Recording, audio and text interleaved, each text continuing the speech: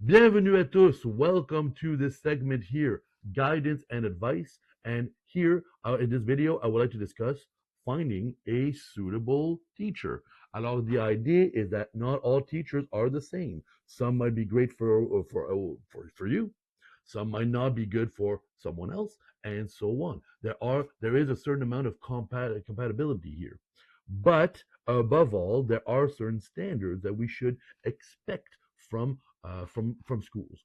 Uh, Here is my advice. I've trained teachers. I've trained teachers as who were my students. I have trained French teachers uh, uh, that were students of mine. I got to train people who became translators at the House of Commons, just like my parents. So I thought it was kind of fantastic scenario there. I got to train other my colleagues at a number of language schools, and I hired some teachers, some staff of my own. Uh, I I find I've got a good eye for certain things. I also have a good attitude personally, much like I discussed earlier. That I find a good attitude, hope, faith, trust, and all that comes to mind. But there are French language training specifically is an industry. It's a very prominent industry in Ottawa, like mostly here physically. Now, there are people who may come from around the world, and they might not have wanted to become teachers. Alors, they are teachers because they are looking for employment. They do have what we call a academic French because they have a outre-mer French. They sound international. That could be from any nation, and I don't want you to assume that your teacher is not good based on certain traits like how long they've been in the country, for example, or maybe what we'd consider we might want to judge an accent. Do not bother with that. You will have an accent. You may already have an accent, and so on. Accents do not matter. For example, I might come from Haiti, like I might come from Mali, like I could come from Paris, like I could come from French Canada. I could be a Franco-Ontarian, like I could be from the city, Quebec City. Doesn't matter. We all sound a little bit different. We all speak and teach a very proper French. Alors, there is no chance of that. We don't want to be quickly blinded by that. What we do want to pay attention to will be, for example, if someone is clearly underqualified. And what I mean here, personally, I believe that when teaching a predominantly English crowd, the majority of people, if they do not speak French, they will probably have English. Alors, we are teaching a second language here. The first language, or the other language at least, being English. We should expect a certain degree of knowledge in English. This person, for example, if they're going to teach you how to be a niveau B en français oral, so you're doing oral training with someone towards a B, they should probably be a B themselves in English. They should know as much as you want to say. They should we expect them to not get it wrong. Parce que sure, there are plenty, I assure you, there are plenty of things in common between French and English. The vast majority. Yeah, but there's also another 20 some percent of the language that's very distinct, very different. We might be conveying the complete opposite message, a message completely backwards. If someone is giving you the wrong words because they don't know. For example, I remember this one lady, very gifted.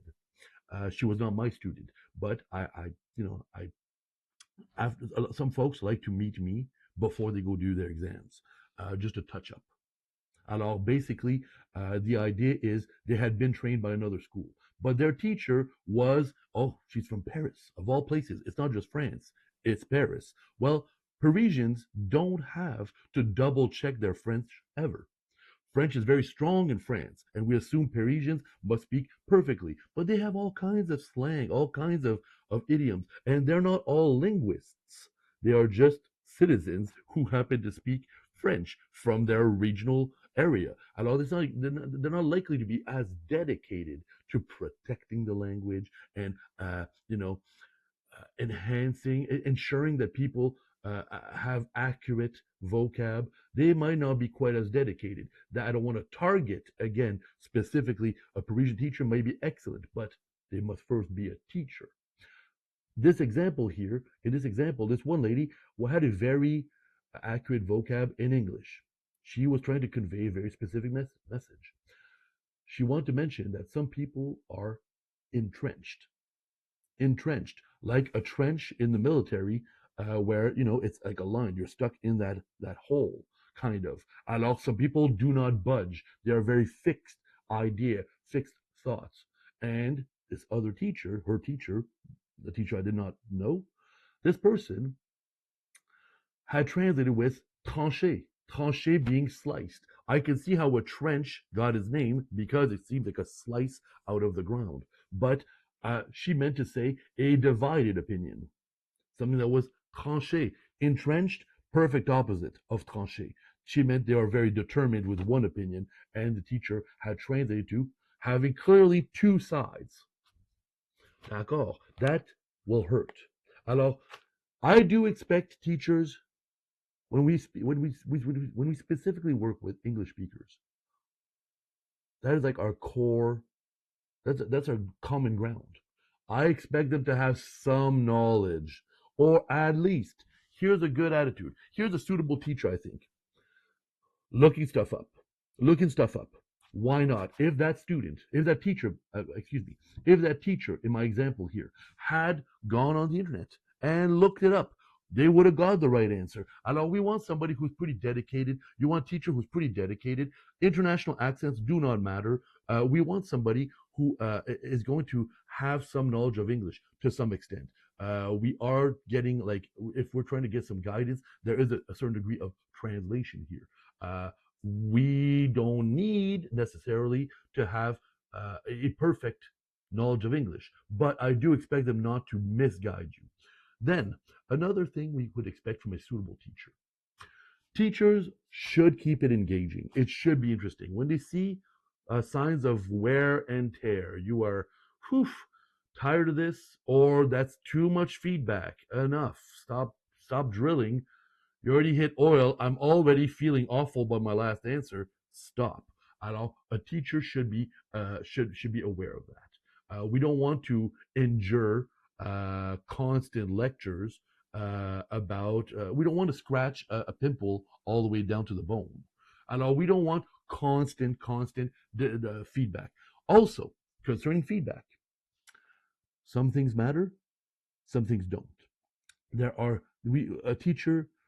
I expect a good teacher to know when to interrupt, which should be borderline never. Whenever, especially training for oral communication, I would advise to borderline never interject. There are moments where we might want to do something like I mentioned earlier in a previous video. I personally, I will mime something. Like I'll do something like, that means, in my opinion. Make sure you mention it's only your view. And I don't want to interrupt them. And I don't want to be doing, silly things all the time. But I might point out, that sentence is going to be wrong if you don't throw in right now, in my opinion. You're making it sound like it's a fact, but it's just your view. Or maybe something I'll do like, double up. Throw another word in there. It's not clear enough. Alors, if you just say, mais, yeah, this is true, this is true, this is true, mais, it's not strong enough. Alors, we have very strong views here, but it's not strong enough. Yet, however, toutefois, par contre, stuff like that. Alors, I do want to interject, but as silently as I can, and as I don't want to disrupt them. Here is something that happens quite a bit with inexperience, or, I don't want to blame experience. You have to acquire it somewhere. But I will say a bad path, a wrongful path for a teacher would be interrupting, and for small stuff that does not matter. I will give you this one. Une table, Is it le table or is it la table? Le table or la table? The answer is it doesn't matter. Because if you are in charge, you are explaining, you are in charge of your office here, the movers, and you say, je veux le table dans le coin. Le table. It's wrong. It should be la table. But we got table corner. You got it. If I say, je veux la table dans le coin. Yeah, you're right. It's la table. But why do you say it that way? Are you trying to show off that you are aware of very extremely basic grammar? That's not really impressive. That's the wrong thing. Alors, whether you say le table or la table, it doesn't really matter. You might get it wrong, but it's the right attitude. We don't want to, some things will hurt the message. But le table or la table will not hurt the message. What will really hurt your dialogue or your learning process, what will really hurt you learning is you make a small mistake. Alors, selon moi, je pense que dans la vie, parfois, on va avoir la situation où... Oh! La situation. We don't want that disruption from the teacher. Now you are not getting to finish your statement. You have to start over. You're startled. And get enough of those in you, you never got to finish a statement. And now we are really miserable because I will never make it. And here we go back to bad attitude. Alors, very demoralizing. People will often correct people en français in the French world, whether it's French Canada, in Europe, in Africa, in Middle East, peu importe, au Vietnam, Cambodia, no matter where. There's like 40 countries that speak French. In the French world, people will gladly interject in a complete stranger's conversation to tell them that they're using the wrong word. And often enough, that kind of smart attitude, they might even be wrong. They have no idea what they're talking about, but they feel like that is a professional way to behave. A very proper citizen, a good Samaritan, you have to interject in people's private conversation and let them know that they are using the wrong word. That is very French everywhere in the world. D'accord? Alors, we already get that from complete strangers. Last thing you want is your teacher not allowing you to really get your message out. They should wait till the end and then give you a very proper like synopsis, maybe an analysis. You want to get the answer afterwards. What I could have improved. What message did I get? And so on. That is almost more information I want to give because I don't really want to help other schools. But here is the idea: is that as a student, you want somebody who knows the difference between small stuff and big stuff, small impact, because the impact is on you. Let me give you a small anecdote here. Personally, as a kid, I had a grandma, and my grandma, she would play chess with me. D'accord. And I never won. What I would do, my entire life experience with playing chess is you move this one here, you move that one there, and then you're checkmate, and that's it. I've only lost. I've always lost. My entire experience. If I was to start playing now, I would basically just go through the same motions of losing. I would never know how it feels to win, to succeed. I don't even know the real goal of it.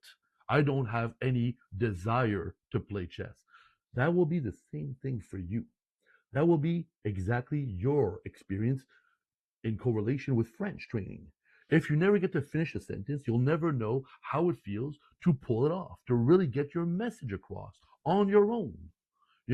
I think personally, a student should be able to interject the English word. I rather they use an English word rather than include to have to stop, to have to be interrupted, to allow. Then they never get that sense of completion. They never get to complete their sentence.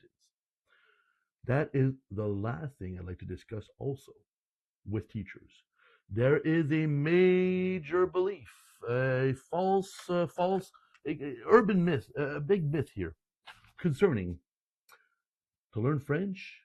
French immersion completely. That means is you must be fully immersed in the French world. You are not allowed to speak English. And so you, the student, j'ai une question. J'aimerais savoir, what does it mean when you say X? Ah, ah, ah, je ne comprends pas. Pardon, Paul, je ne comprends pas. That stuff is rude. It's it banalizes the value of your question. And I believe often it's a unilinguist teacher. Alors, that whole concept, well, it's like going back into our childhood. When I was a kid, I had to lift my hand. May I please go to the bathroom? May I please?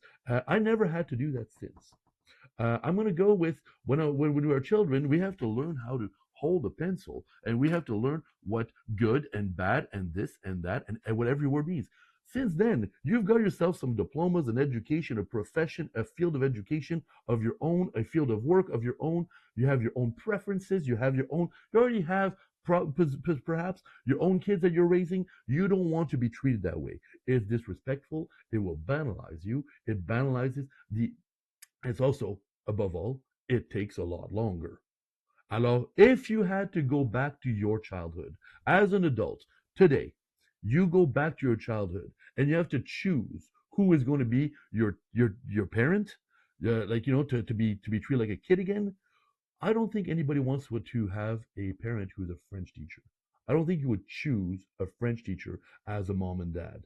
So why would you tolerate that stuff now as a customer, as the client, as the student?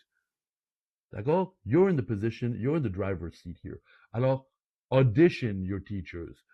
Find out who they are a little bit and see if you're a match.